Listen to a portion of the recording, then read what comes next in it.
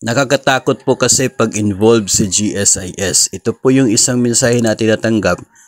Yung kanya pong message was actually based po doon sa sinasabi na personal accident insurance at nagtatanong kung ito daw ba ay magiging dagdag na deduction mula po sa sahod ng mga GSIS members. Actually, hindi naman po talaga additional cost, no, kapag yun pong personal accident insurance sa binayaran ng DepEd, wala pong additional cost sa atin. Yung sinasabi po na magiging health benefits ni President Marcos ay hindi naman po dagdag na deduction yun dahil benefit po yung sinabi.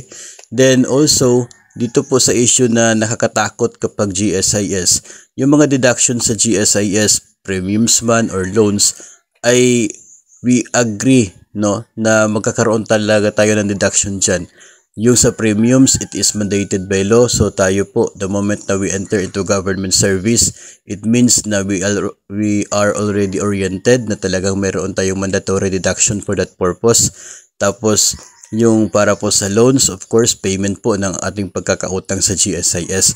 Ang nakakatakot po dyan ay kapag yung agency po natin ay nabigo or hindi talaga siya nagre-remit on time to the GSIS. Kasi may kaukulang penalties naman talaga even with the banks, di ba?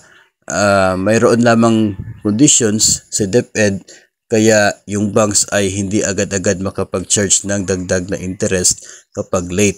Pero kapag wala kang sahod or naging undead, of course they will add interest or penalties doon po sa utang ninyo. So with the GSIS, ganun din naman po. So, yung pinakasusi talaga dyan is yung on-time remittance ng agency. Hindi po nakakatakot si GSIS. Ang nakakatakot po ay kapag yung agency ninyo ay hindi nagre-remit on time. Yung iba po na dumadating sa atin ng mga mensahe, instead of monthly remittance sa GSIS, ang ginagawa ng agency nila ay quarterly. So, of course, doon pa lamang ay violation na doon sa terms ng loans at maging doon sa terms ng Republic Act 8291 doon sa remittances with the GSIS.